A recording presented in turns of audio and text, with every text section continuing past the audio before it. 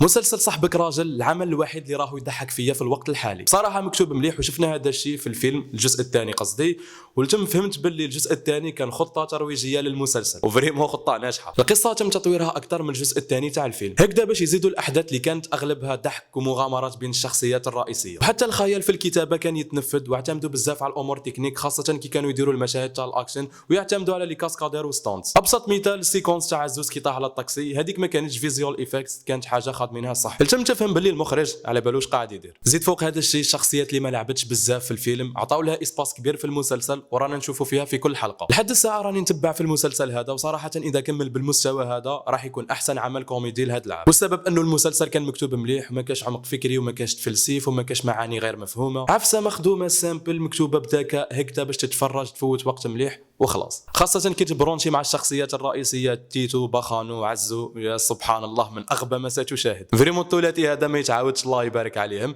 وبخانو نقص من كلمه شيخه بالسيف. المهم المسلسل هذا ننصحكم تشوفوه، نتوما اذا راكم تشوفوا فيه اعطيونا رايكم في التعليقات، واذا راكم حابين نحكي على كاش مسلسل خلاف خليونا هذا الشيء زاد في التعليقات، ونتلاقاو ان شاء الله في الفيديو الجاي.